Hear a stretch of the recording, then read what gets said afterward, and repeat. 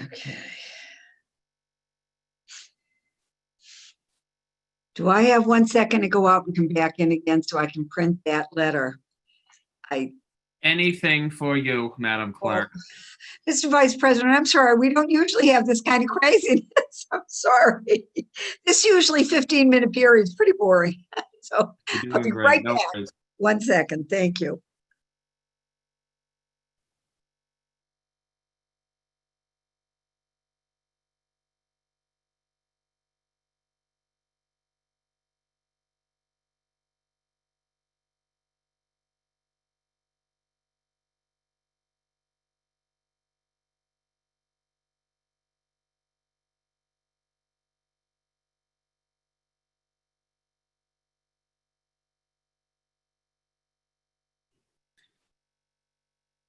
Colleagues, I only have 5 individuals for whom we'll be adjourning in memory. And so if anyone else, if there's anyone I may be missing, I have 1 from Counselor Bach, 2 from Counselor Janey, and 2 from the entire council. If there's anyone else, just text me directly their names and for the pronunciation of the names if possible. Thank you.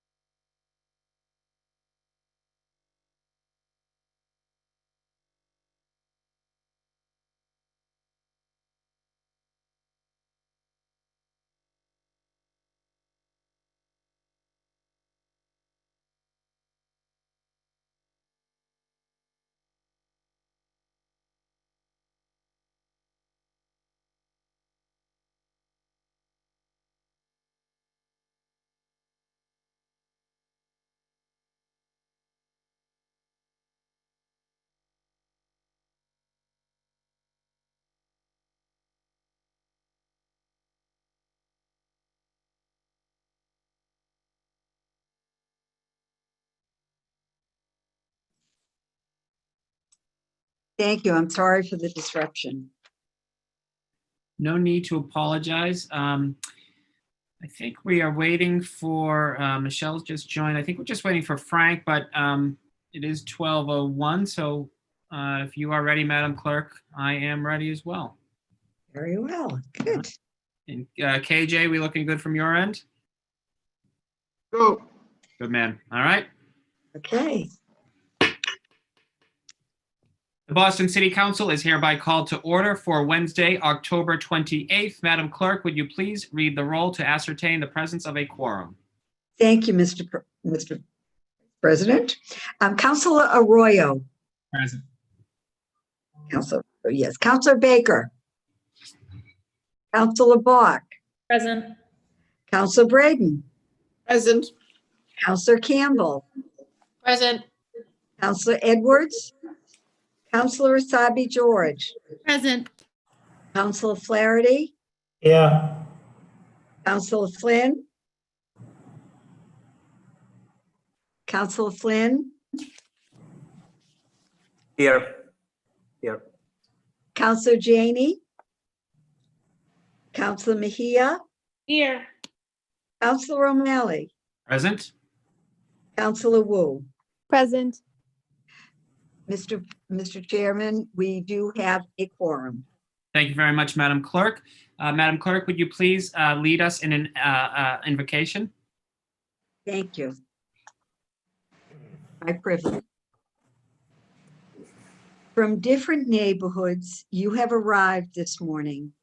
You have gathered here, both women and men, as 13 individuals with 13 disparate life paths, as people from differing homes from various corners of our great city, as people holding an array of guiding life values. To prepare for the work that lies before you this day, might you begin your time together by inviting in 3 essential guides: courage, compassion, and commitment.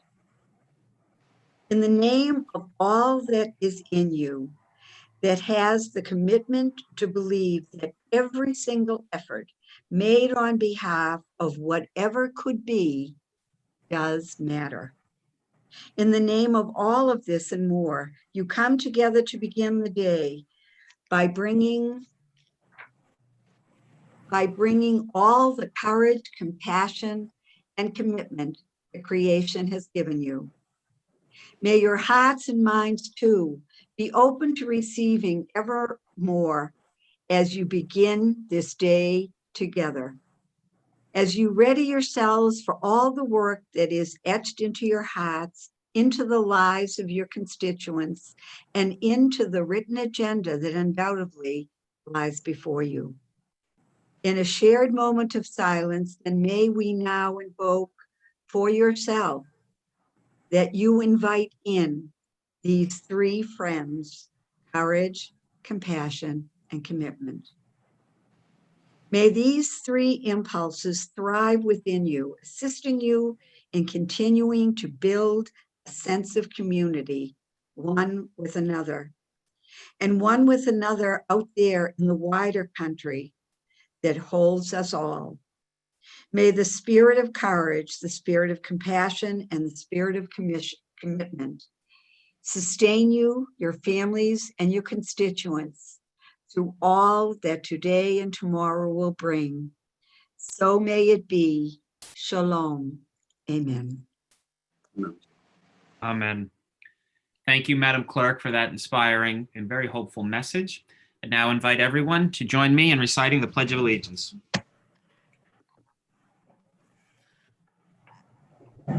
I pledge allegiance allegiance to the flag to the of flag the United States of America and to the And to the republic republic for which it stands, one nation, one nation, under under God, God, indivisible, visible, with with liberty liberty and and justice justice for all. for all. Thank you very much, Madam Clerk and colleagues.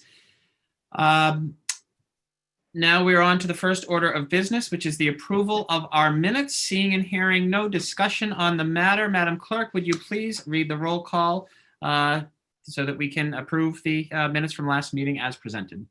Thank you. Councilor Arroyo. Yes. Councilor Arroyo, yes. Councilor Baker. Yes. Councilor Baker, yes. And Mr. President, I will mark Councilor Baker in Yes. attendance. Thank you very much, Madam Clerk. And You're welcome, welcome. Dr. Baker. You're welcome. Councilor Bach. Yes. Councilor Bach, yes. Councilor Braden. Yes. Councilor Braden, yes. Councilor Campbell. Yes. Councilor Campbell, yes. Councilor Edwards. Councilor Asabi George. Yes. Councilor Asabi George, yes. Councilor Flaherty. Yes. Councilor Flaherty, yes. Councilor Flynn. Yes. Councilor Flynn, yes. Councilor Janey. Councilor Mejia. Yes. Councilor Mejia, yes. Councilor O'Malley. Yes. Councilor O'Malley, yes. And Councilor Wu. Yes. Councilor Wu, yes. Mr. President, the minutes have been approved. Thank you very much, Madam Clerk. We will now move on to communications from His Honor the Mayor. Madam Clerk, please read and place before the body docket 1066. Thank you. Docket 1066, message and order authorizing the City of Boston to accept and expend an amount of $397,057.92 in the form of a grant from the Assistance to Firefighters Grant COVID-19 Supplemental, awarded by the Federal Emergency Management Agency to be administered by the Fire Department. The grant will fund the purchase of PPEs and related supplies, including reimbursements to prevent, prepare for, and respond to coronavirus. Docket 1066 will be assigned to the Committee on Public Safety and Criminal Justice. Now, Madam Clerk, please place before the body docket 1067. Docket 1067, message and order authorizing the City of Boston to accept and expend an amount of $200,001.16 in the form of a grant for the FFY19 Assistance to Firefighters Regional Grant, awarded by the Federal Emergency Management Agency to be administered by the Fire Department. The grant will fund the growing need for the fire department personnel trained in tech rescue in the cities and towns, Boston, Brookline, Cambridge, Chelsea, Everett, Revere, Somerville, Quincy, and Winthrop. Thank you, Madam Clerk. The chair now recognizes the chair of the Committee on Public Safety and Criminal Justice and the District Counsel for Mattapan, Counselor Campbell. You have the floor. Thank you, Mr. Vice President. As Chair of the Committee on Public Safety and Criminal Justice, I am seeking suspension of the rules and passage of docket 1067. I think it's pretty self-explanatory. We've also received this grant in the past. It comes from the federal government and it supports training for technical services and technical rescue, which involve the use, of course, of specialized tools and skill involving, for example, vehicle extraction, rope rescue, and structural collapse rescue, among other things. And it's obviously been a really challenging time for the city to get some of these grants from the federal government. So looking to suspend the rules and pass this docket today. Thank you.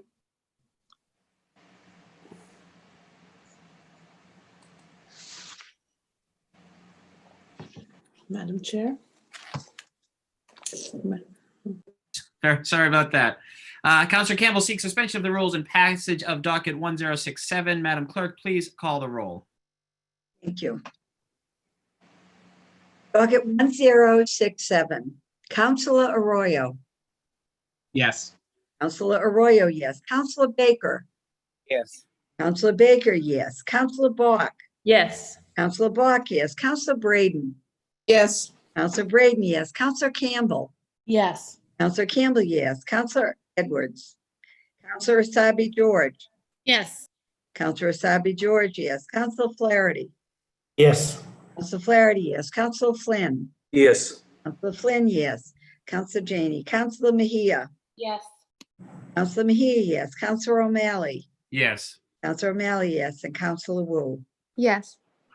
Counselor Wu, yes. Mr. President, docket 1067 has passed. Thank you, Madam Clerk. Would you now please read docket 1068 and place it before the body?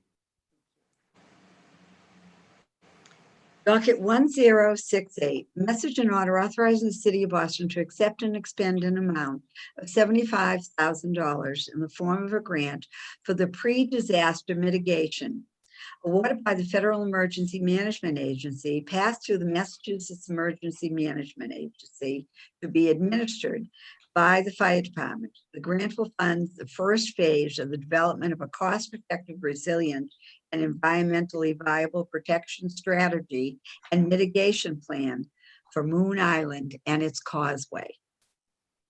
Thank you, Madam Clerk. The chair now recognizes the chair of the Committee on Public Safety and Criminal Justice and the District Counsel for Mattapan, Counselor Campbell. You have the floor.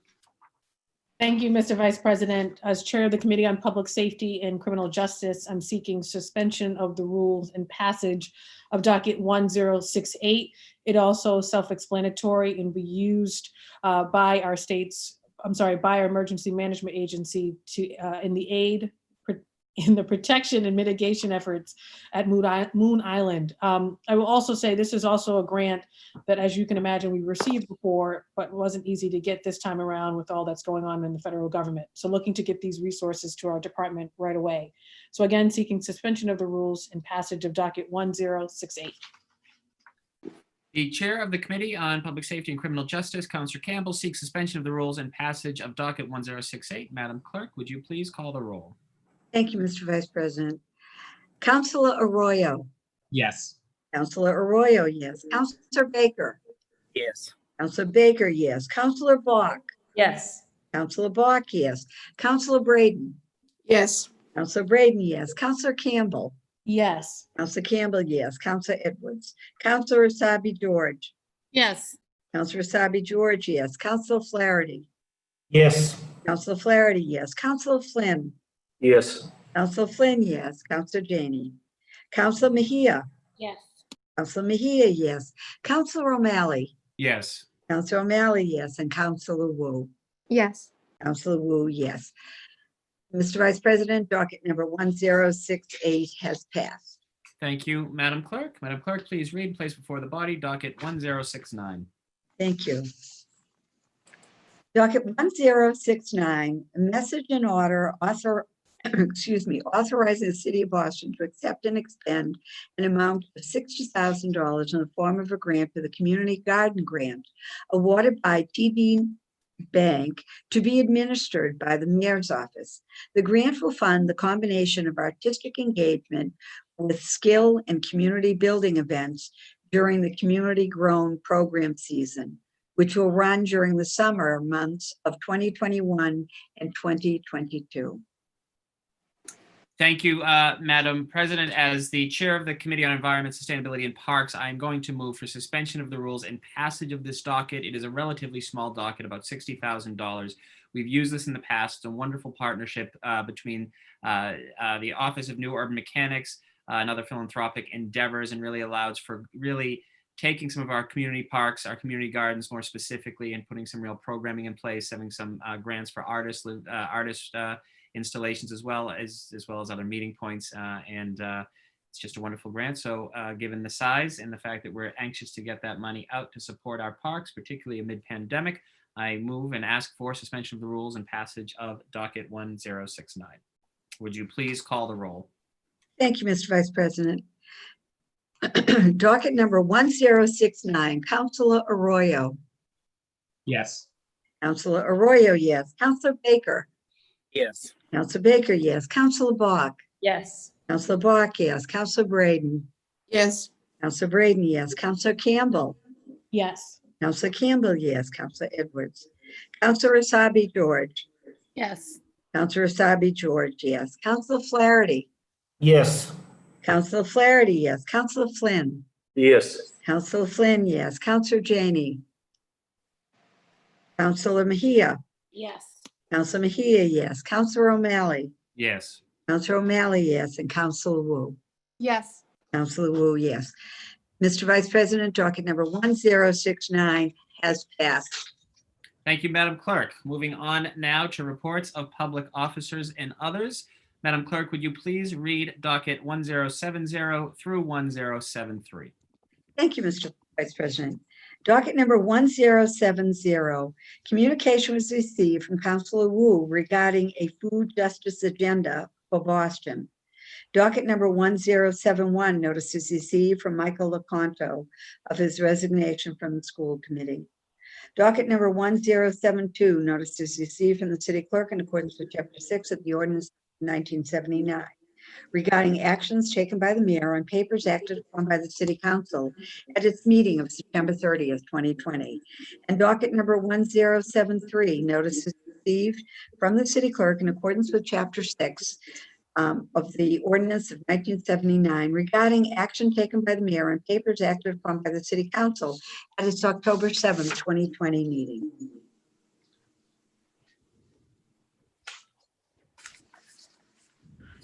Mr. Vice President, can't hear you. Thank you, Madam Clerk. I'm new at Zoom, apparently. You're doing great, not to worry. It's now time for everyone's favorite part of a council meeting. Matters recently heard for possible actions.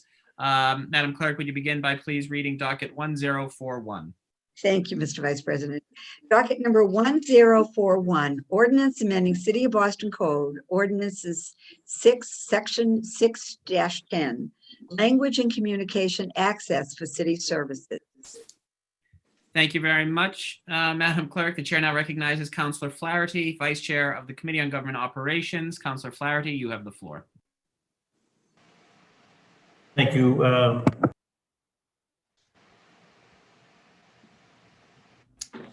Sorry, Councilor Flaherty, you are muted, as I just was. My apologies there, Mr. Chair.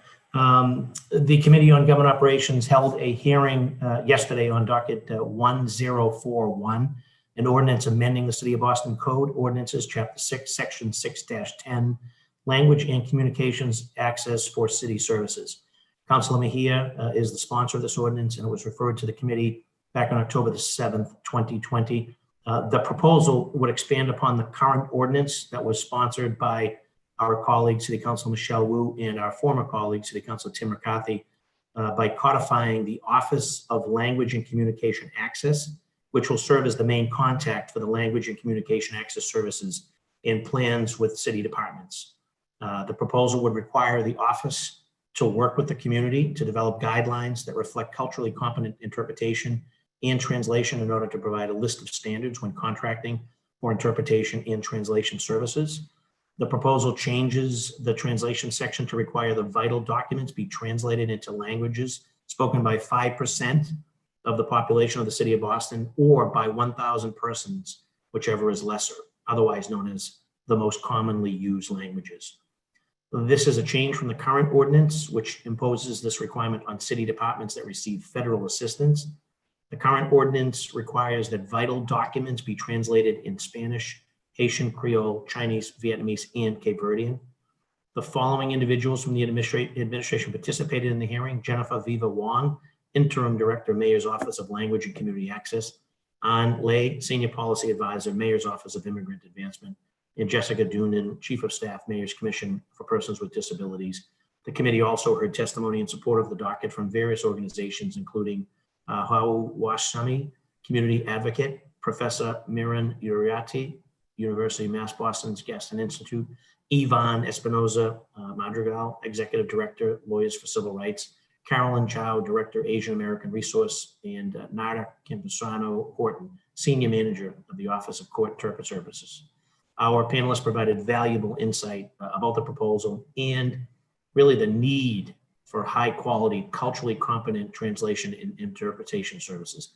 We heard from a number of folks from the public, particularly around our Boston Public Schools, and how oftentimes they feel more confused either during or after the meeting than they were when they walked into the meeting. And that's a problem that is a solvable problem for this body, and hopefully this ordinance will address that in working with BPS and the administration. So the public comments reflected support for the proposal as well, in stressing the opportunity and importance of quality and accuracy in the translation of those services as well.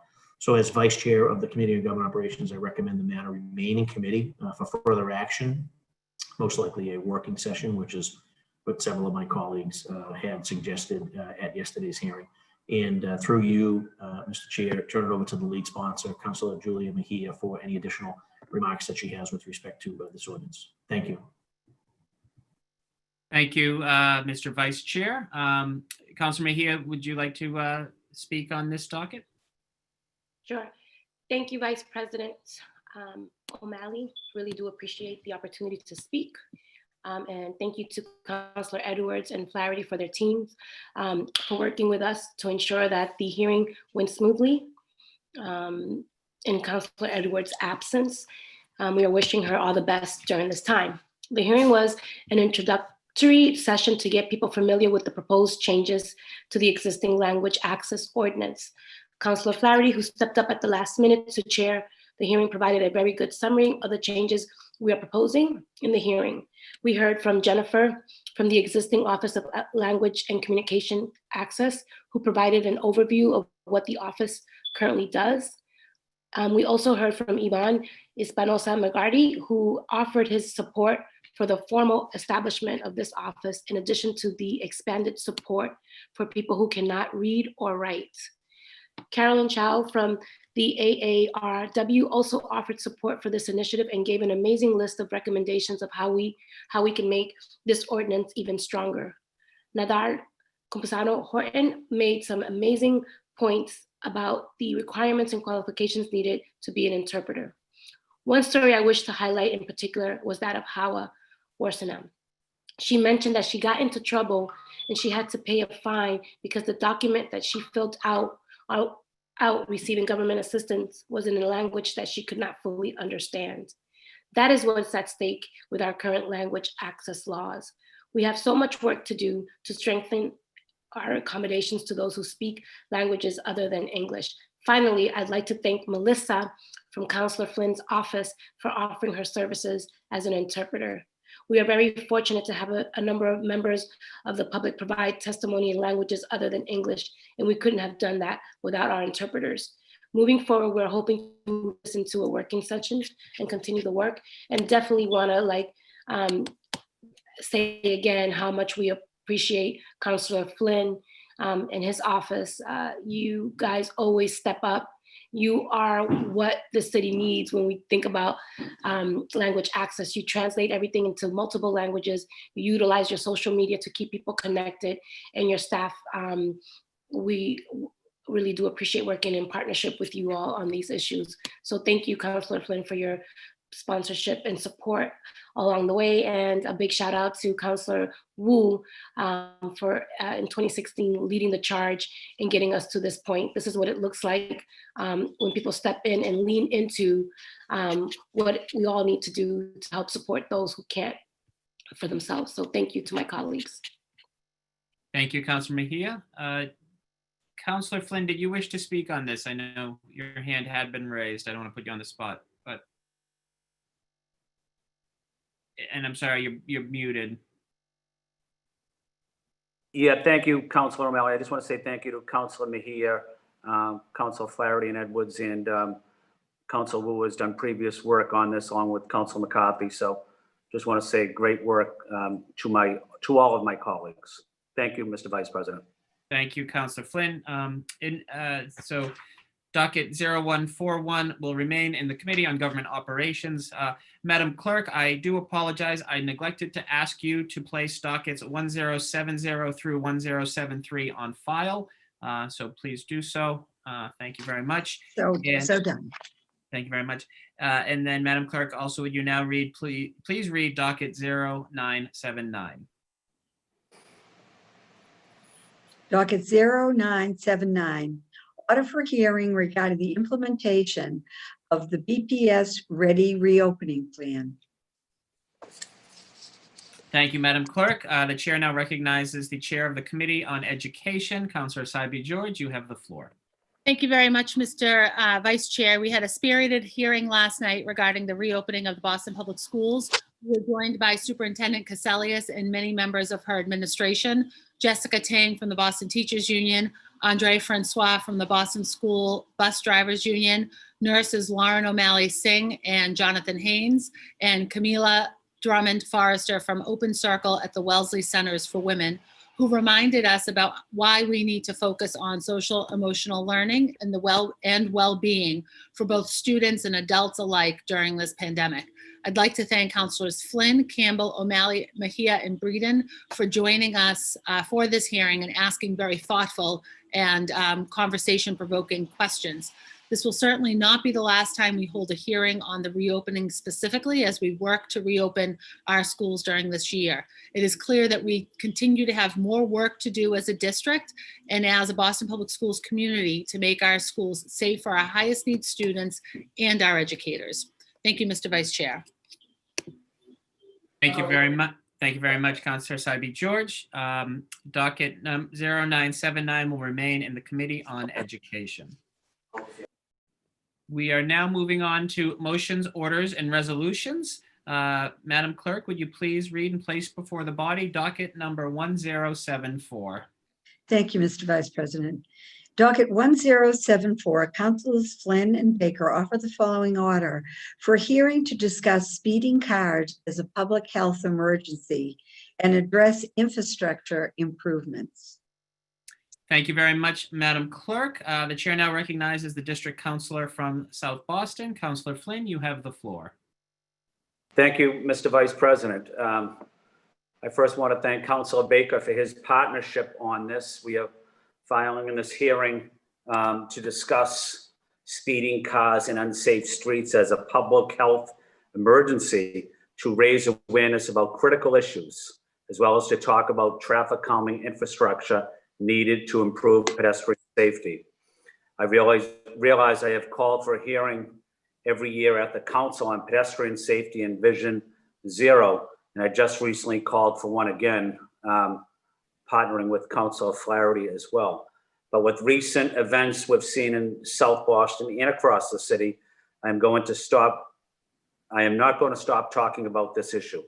I think it's time we call speeding cars and unsafe roads what we all know them to be, a public health emergency.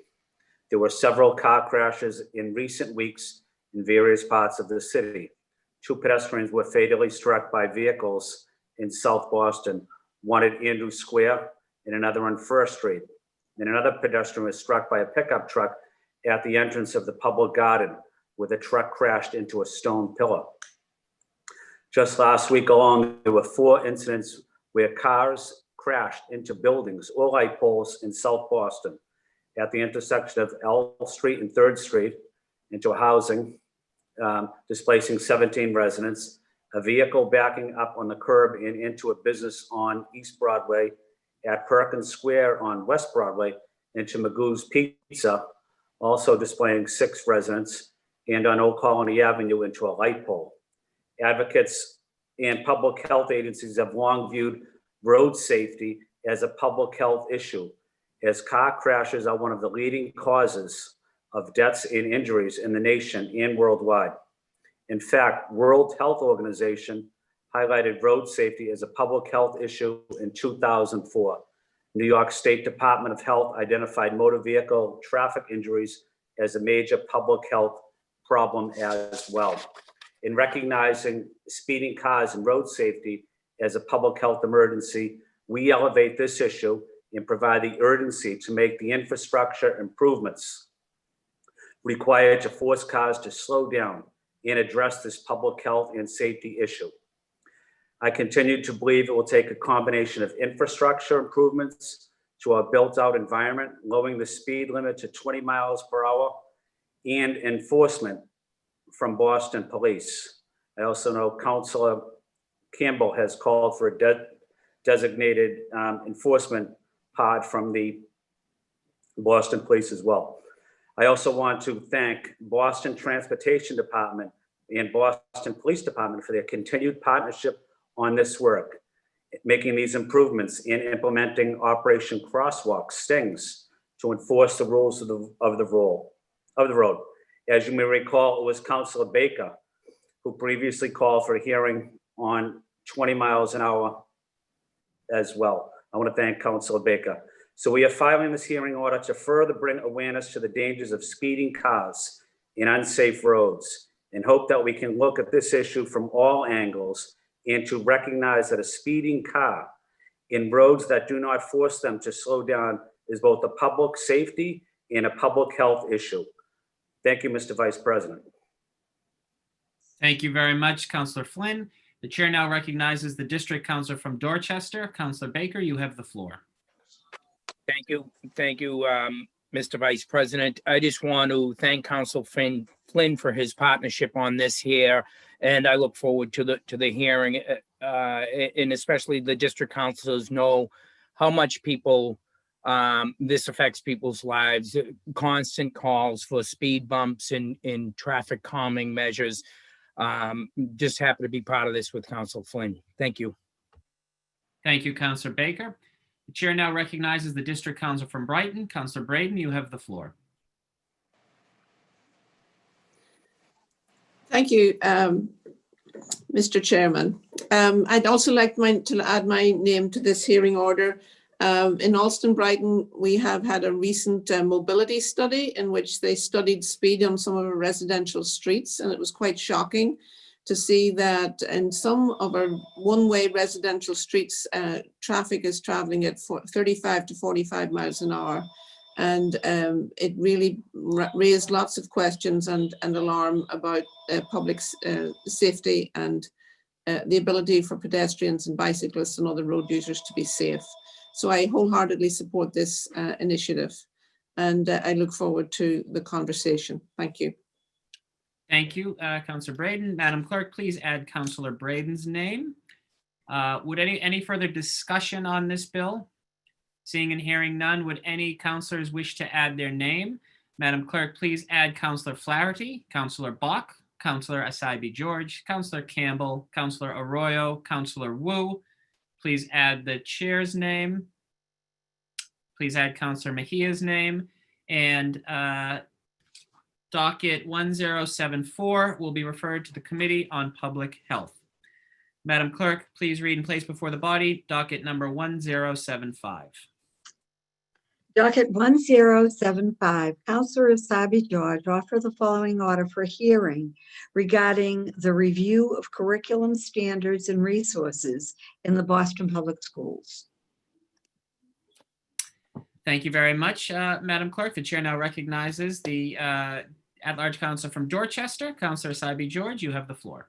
Thank you very much, Mr. Vice Chair. I filed this hearing order because it was clear to me that we need to think about our curriculum holistically and district-wide. We need high-quality schools in every neighborhood that are well-resourced to meet the needs of our complex district. Our students should not have to have wildly different experiences because our schools are lacking certain resources. Our students should have a well-rounded education at every level and at every school so that they have opportunities to explore who they are and what they can do in this world.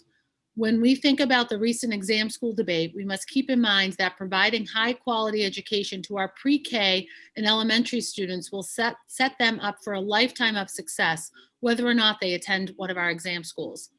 Those are the critical years to developing the fundamental skills for lifelong learning. Those skills are developed not just through reading and math class, but through art and music and non-academic extracurricular activities. We also must ensure that when our students graduate high school, they have some degree of personal financial literacy, can swim, understand health and wellness needs, and are ready to be adults in the world. There is so much more work we can do to ensure that every school is equipped and ready to provide a holistic education to all of our students. I look forward to holding this hearing and to begin this work. Thank you, Mr. Vice Chair. Thank you very much, Councillor Sabi George. The chair now recognizes the other at-large council from Dorchester, Councillor Mejia. You have the floor. Yeah. Thank you, Vice President O'Malley. I am looking forward to this public hearing and happy to see that we're going to be diving into education issues here in the city of Boston. Having worked in the education space as a parent for the last 4 or 5 years, this is exactly the type of leadership that we have been yearning for, and I'm happy to see that we're going to finally address some of the issues around the inequalities that have existed and persisted in the Boston public schools for far too long. So really looking forward to hosting this conversation and elevating the voices of the parents who have often been out of the scenes. And I'm really happy that the exam schools have given us an opportunity to have this very important conversation, and look forward to engaging and organizing and bringing parents into the fold so that we can finally have some restorative justice. Thank you. Thank you, Councillor Mejia. Am I correct in assuming that you'd like to add your name? Yes, please add my name. Okay. Any further discussion on docket 1075? Seeing and hearing none, would any councillors wish to add their name? Madam Clerk, please add Councillor Braden, Councillor Flynn, Councillor Bach, Councillor Arroyo, Councillor Wu, Councillor Campbell. Please add the chair's name. And docket 1075 will be referred to the Committee on Education. Mr. Chairman, I just please add my name. I'm sorry about that. No problem. Thank I'll you. just move for reconsideration. So No, moved. it's fine. We're still doing the vote, basically. Thank you. Please add Thank you. Councillor Flaherty. My apologies. No need to apologize. Docket 10, the previous docket will be referred to the Committee on Education. Madam Clerk, would you please place before the body docket 1076? Thank you. Docket 1076, Councillor Sabi George offer the following order for hearing regarding the implementation of an ethnic studies curriculum in the Boston Public Schools. Thank you, Madam Clerk. The chair now recognizes the at-large council from Dorchester and chair on the Committee on Education, Councillor Anissa Asabi George. Councillor Asabi George, you have the floor. Thank you again, Mr. Vice President. I'd like to add Council President Janey as an original co-sponsor. I'd like to also thank the Boston Teachers Union Ethnic Studies Now Committee for spearheading this work for the district. Through a peer-led process, our teachers have developed a pilot ethnic studies curriculum and proposal for the district. Learning about ethnic studies is a process for the students as well as the educators and opens everyone up to the diverse and complex world around us. This curriculum requires care and expertise to be done well. The Ethnic Studies Now Committee has created a proposal for how to pilot this curriculum in BPS. The superintendent supports the effort, and as a result, the district has taken some of their recommendations into consideration. They've also identified an individual who will lead this effort from the district's perspective. We need to have a public hearing on this to better understand what is needed, to have a robust pilot program, and to determine how we as a body can support this effort. I look forward to holding this hearing with Council President Janey and learning from our Boston Public Schools community. Thank you, Mr. Vice President. Thank you very much, Councillor Asaibi George. Madam Clerk, in absentia, please add Councillor Janey as an original co-sponsor. The chair now recognizes the district councillor from Brighton. Councillor Braden, you have the floor.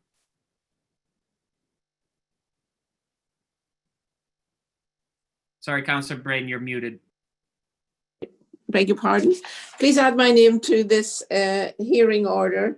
I really welcome this initiative. It is through a better understanding of the wonderful tapestry of our human existence that we increase mutual understanding, we increase cultural competence in our student population and in our wider population, and we just make our communities stronger by having an understanding of our ethnicity and countries of origin and language and the wonderful diversity of our community here in Boston. So I really welcome this as an initiative as a way to advance social and racial justice in Boston. Thank you.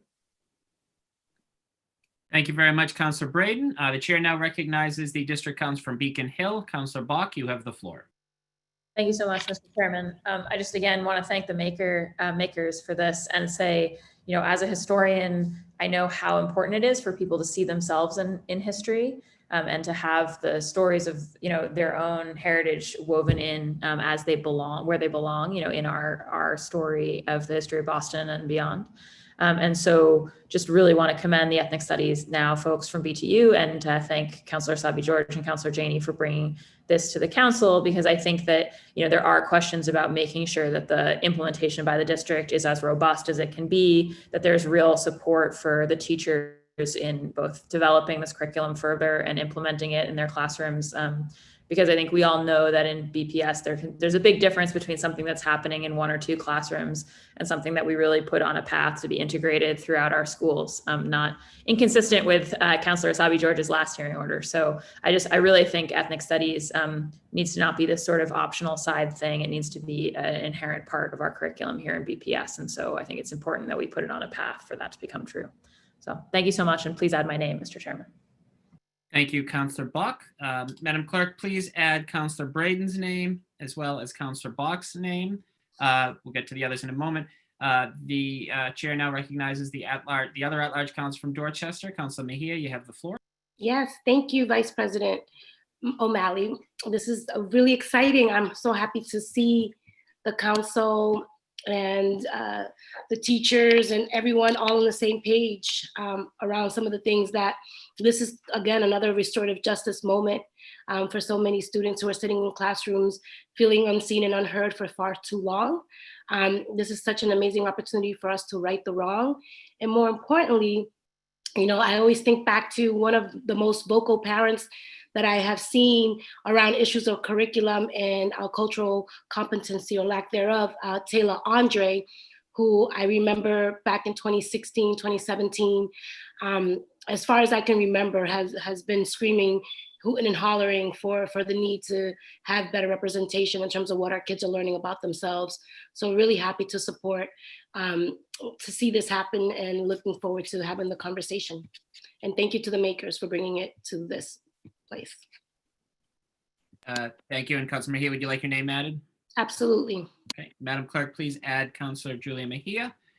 And the chair now recognizes the district councillor from Mattapan, Councillor Campbell. You have the floor. Thank you, Mr. Vice President. I just wanted to take a moment to thank the makers for this important of hearing order, and of course, all of the advocates, the teachers, the students, and community members who have put in the work over the last couple of years with respect to this critical issue.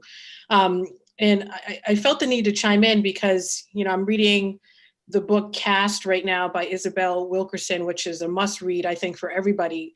And of course, doing more deep dive research on systemic inequities, race and racism. And it's always sort of shocking to me what you don't learn in your early years going particularly through Boston Public Schools. Much of what I learned with respect to the history of this country around race and racism and the inferiority of Blackness came from college or even law school. And it's quite shameful that we in our public school system right here in Boston, of course, we pride ourselves on being the leader with respect to much of our educational system initiatives, but we are really missing the mark with respect to teaching history that is truthful, that is honest. And some of what we teach is just straight out lies. So I'm really excited for this hearing, and hopefully it goes beyond just what's sort of in the hearing order itself to really talk about in an honest, frank way what we teach and what we don't teach, who decides what we learn, who decides what we don't learn. I think this is a critical moment in time in which we can have that deep conversation. And I'll add, to Councillor Bach's point around making sure that this curriculum is available in every school is critically important. At Latin school, I remember when we got Facing History.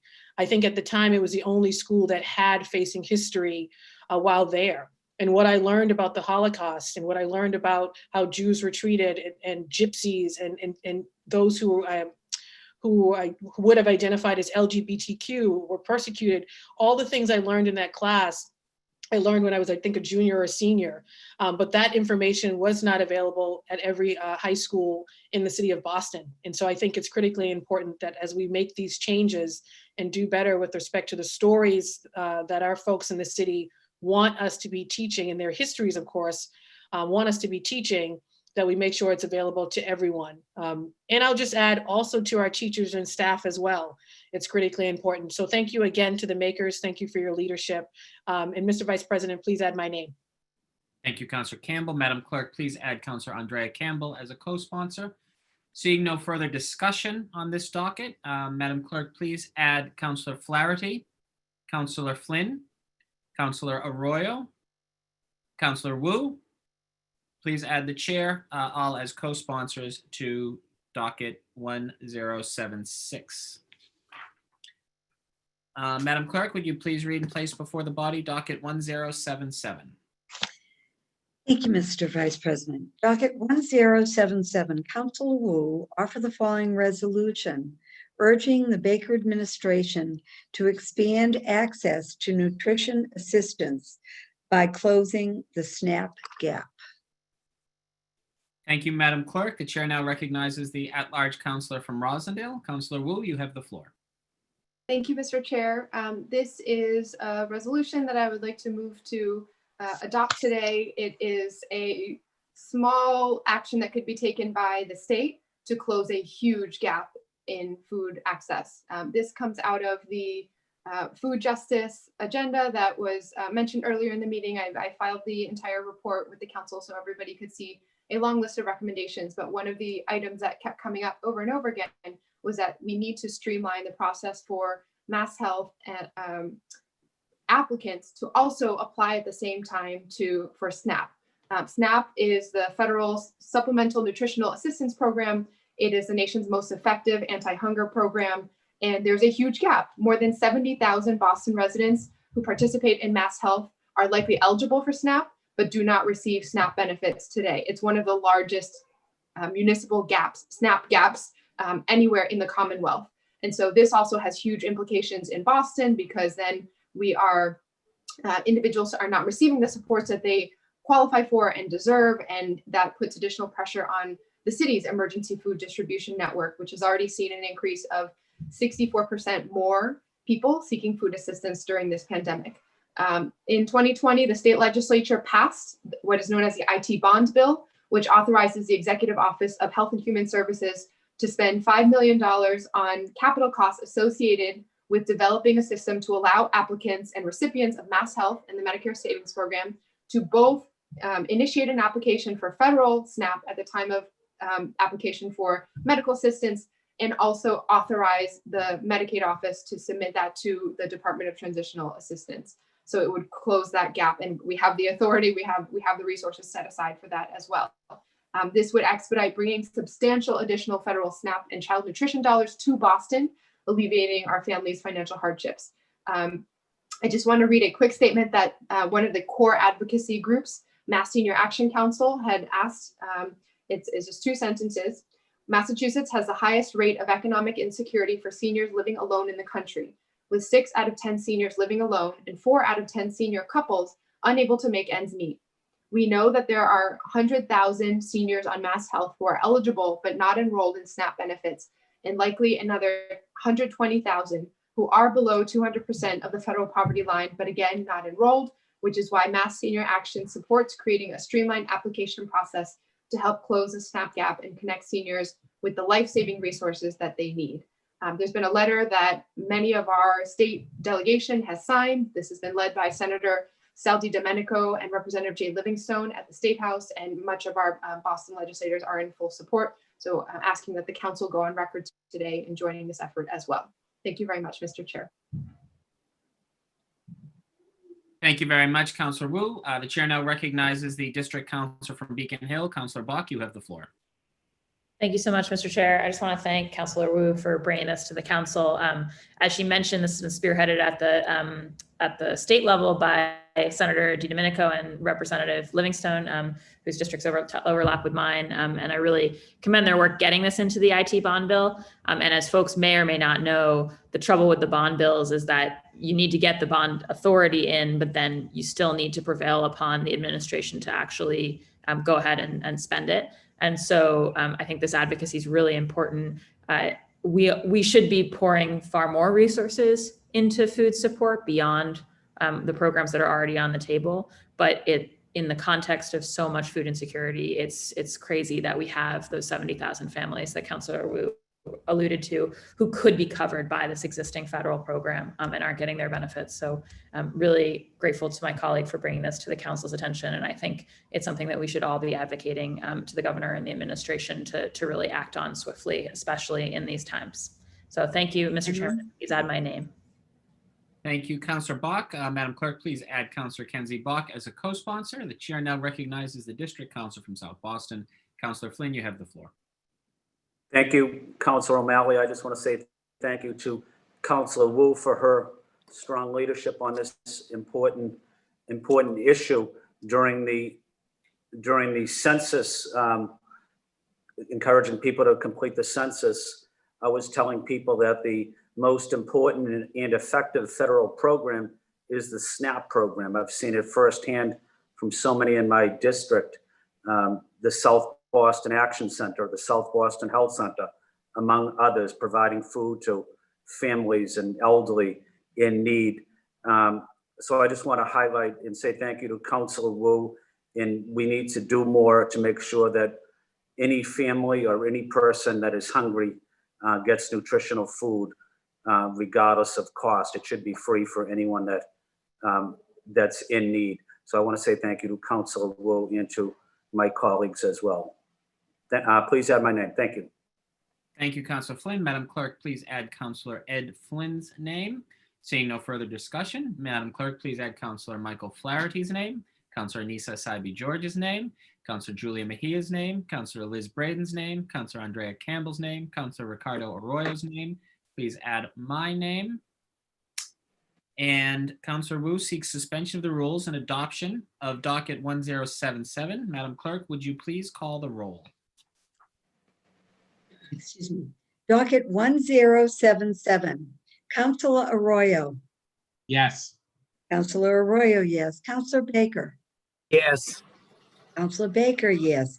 Councilor Bach. Yes. Councilor Bach, yes. Councilor Braden. Yes. Councilor Braden, yes. Councilor Campbell. Yes. Councilor Campbell, yes. Councilor Edwards. Councilor Asabi George. Yes. Councilor Asabi George, yes. Councilor Flaherty. Yes. Councilor Flaherty, yes. Councilor Flynn. Yes. Councilor Flynn, yes. Councilor Janey. Councilor Mejia. Yes. Councilor Mejia, yes. Councilor O'Malley. Yes. Councilor O'Malley, yes. And Councilor Wu. Yes. Councilor Wu, yes. Mr. Vice Chair, docket number 1077 has passed. Thank you, Madam Clerk. Madam Clerk, I appreciate you most days, but none more than today. Thank you for reminding me that I neglected to assign docket 1076 to a committee, so I would now like to assign docket 1076 to the Education Committee. Thank you. We are now moving on to late files, and I am informed by our clerk that there are 2 late file matters. We will take a roll call vote to add these items into the agenda. Madam Clerk, would you please call the roll? Councilor Arroyo. Yes. Councilor Arroyo, yes. Councilor Baker. Yes. Councilor Baker, yes. Councilor Bach. Yes. Councilor Bach, yes. Councilor Braden. Yes. Councilor Braden, yes. Councilor Campbell. Yes. Councilor Campbell, yes. Councilor Edwards. Councilor Asabi George. Yes. Councilor Asabi George, yes. Councilor Flaherty. Yes. Councilor Flaherty, yes. Councilor Flynn. Yes. Councilor Flynn, yes. Councilor Janey. Councilor Mejia. Yes. Councilor Mejia, yes. Councilor O'Malley. Yes. Councilor O'Malley, yes. And Councilor Wu. Yes. Councilor Wu, yes. Mr. Vice President, the matters are properly before the body. Thank you very much, Madam Clerk. Would you please read the first late file matter into the record? Thank you. From the office of Kim Janey, City Council President, District 7. Dear Clerk Feeney, I regret to inform you that I will be absent from our weekly council meeting on October 28th, 2020 due to illness. Councilor O'Malley will preside over today's meeting. Please read this letter into the public record. Thank you. Sincerely, Kim Janey, President of the Boston City Council. Thank you very much, Madam Clerk. The late file matter will be placed on file, and we, of course, all send our best wishes to the Council President for a speedy recovery. Madam Clerk, would you please now read the second late file matter into the record? Thank you. Office of Boston City Council, Lydia Edwards, District. Dear Council President Janey and Clerk Feeney, I regret to inform you that I will be absent from our weekly council meeting on October 28th, 2020 due to bereavement. Sincerely, Councilor Lydia Edwards. Thank you, Madam Clerk. The file will be placed, that matter will be placed on file. And of course, we send our love and support to our colleague, our sister, and our friend, Councilor Lydia Edwards. We are now moving on to the green sheet section of the meeting. Would any councilor wish to remove a matter from the green sheets? He or she may do so at the time. I see Councilor Flynn. The chair now recognizes the district councilor from South Boston, Councilor Flynn. Or is that the remnants of a last raised blue hand? Yes, it was from the last time. I'm sorry about Okay, that. fair enough, fair enough. No need to apologize. Anyone else wishing to remove a matter from the green sheets? The correct answer is no. Excellent. We're now moving on to the consent agenda, and I've been informed by the clerk that there were 0 additions to the consent agenda. Congratulations. Seeing and hearing no objections, the matters, we don't have to say that because there are no matters to add to the consent agenda. So we're moving now for the adoption of the consent agenda. Madam Clerk, please call the roll. Thank you, Mr. Vice President.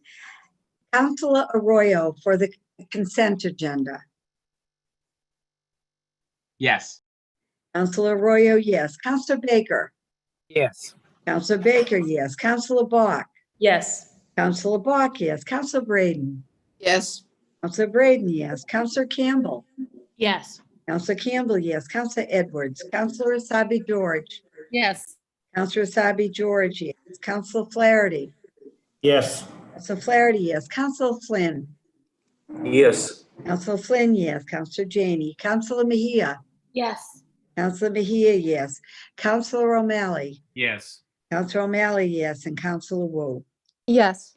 Councilor Wu, yes. Mr. Vice President, the consent agenda has been adopted.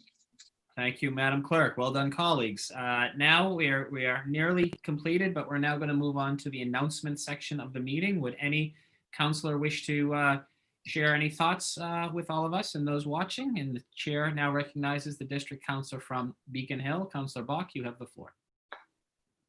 Thank you so much, Mr. Chair. I just wanted to say a brief word about Fran Early, who will be in our tributes at the close of the meeting. When I came back from graduate school, I went to the meeting of the GBIO, Greater Boston Interfaith Organization, at my church, thinking that I'd like to get involved in the church working on urban justice issues. And I showed up at the meeting and there were like 2 of us. And a week later, I was somehow in charge of this effort and trying to organize something that had been really robust in the past, sort of back up to strength in my home congregation. And I think, like many probably counselors here, sort of, was floundering through that, kind of pretending like I knew what I was doing. And you're very lucky when in those situations, someone sort of appears who turns out to be wise and experienced, and is in your corner. And in my case, I suddenly there emerged this woman, Fran Early, who had in fact helped organize the Greater Boston Interfaith Organization right at its start in '96 and at Trinity Church when it got off the ground. And she was one of those amazing people who both knows how to kind of coach somebody in leading something, and also what the difference between supporting someone in learning those organizing skills is from doing it yourself. And she had done it herself, and now she was supporting people like me. And as I kept doing interfaith organizing work around the city, focusing more and more on affordable housing, I found stories again and again of people for whom Fran Early had been that person. They had started an organizing task, especially in the interfaith world, that they didn't really know how to wrap their hands around. And she had become an advisor, a supporter, somebody who was always brutally honest, but in the kindest way, never sugarcoated when you had tried to organize something and it hadn't gotten off the ground, but was amazing at helping you think through how to strategize.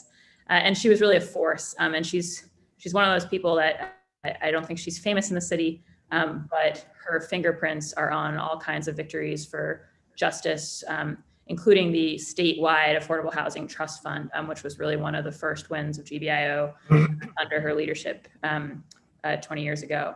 So she passed away very suddenly this weekend, and is being mourned in faith communities across the city. And as a friend of mine said yesterday, if it were not these times, we would fill Trinity Church to the rafters before her. So I just wanted to acknowledge the passing of Fran Early.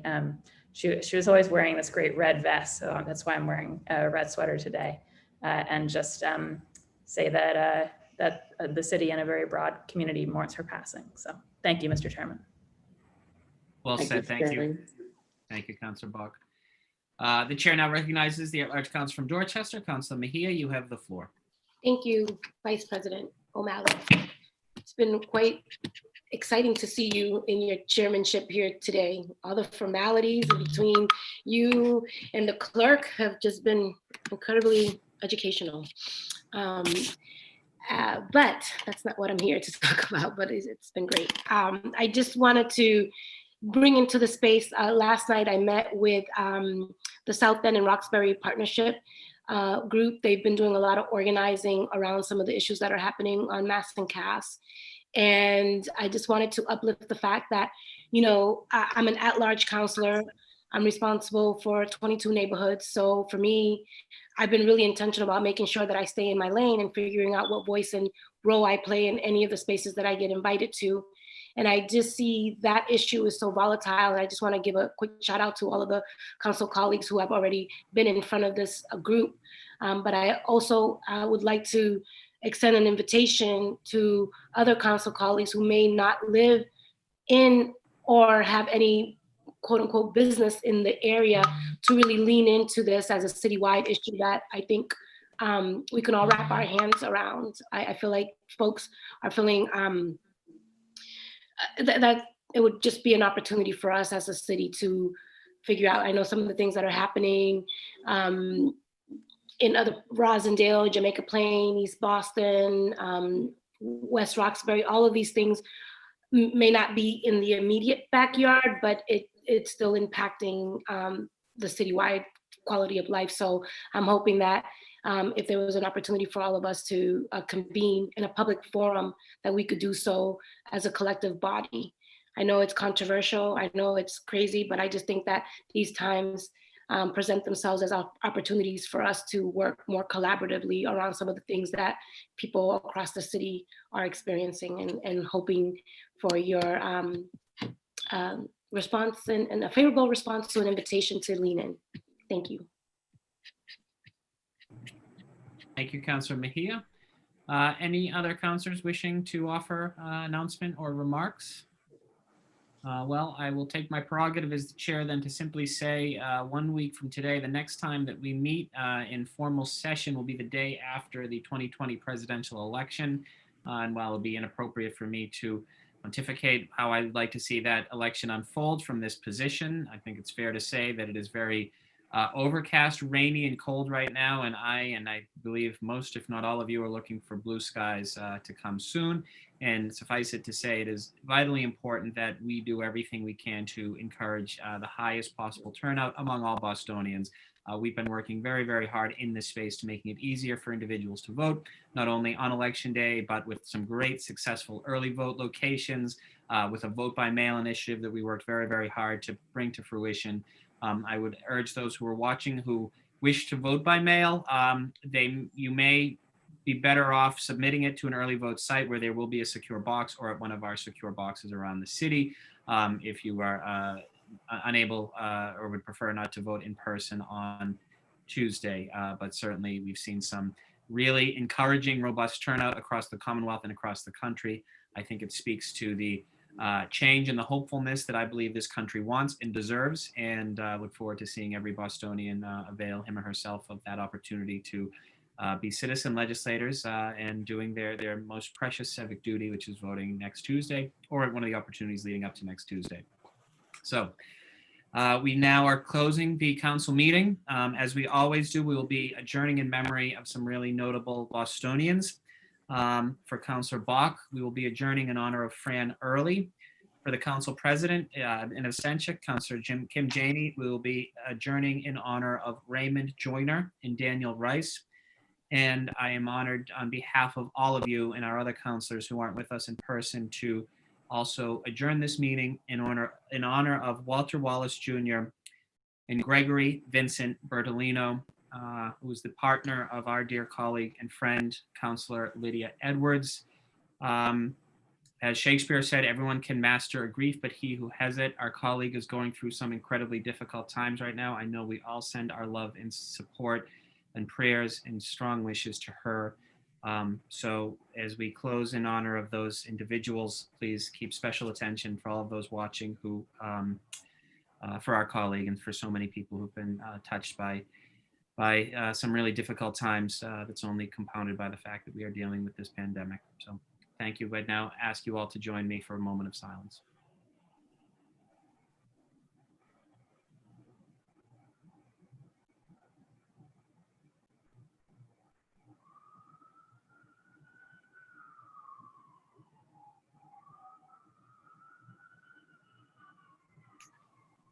Chair now moves that when the council adjourns today, it did so in the aforementioned individuals, and we are scheduled to meet again on Wednesday, November 4th at 12 noon. For the safety of the general public and all involved, this meeting will be held virtually and posted online. Viewers can watch the council meeting live on YouTube by visiting boston.gov/city-council-tv.